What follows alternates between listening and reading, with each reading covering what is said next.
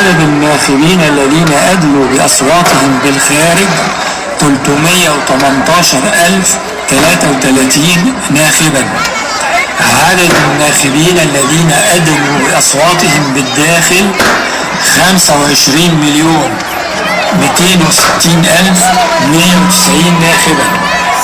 وبذلك يكون إجمالي عدد الناخبين الذين أدلوا بأصواتهم 25,578,223 ناخبا، بنسبة حضور بلغت 47.45% تقريبا.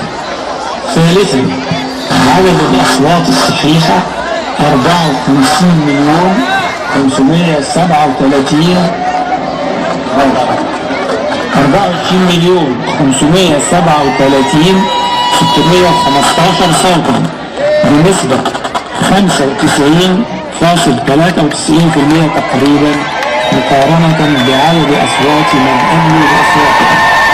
رابعا، عدد الأصوات الباطلة 1,040,608 صوتا، بنسبة 4.7% تقريبا، مقارنة بعدد من أدلوا بأصواتهم.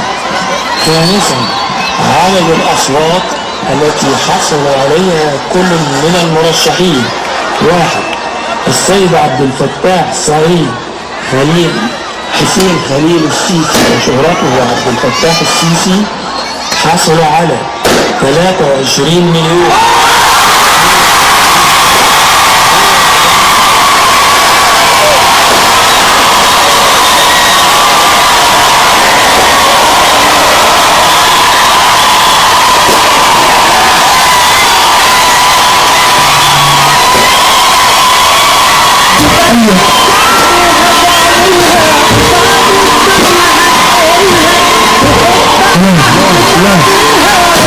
لا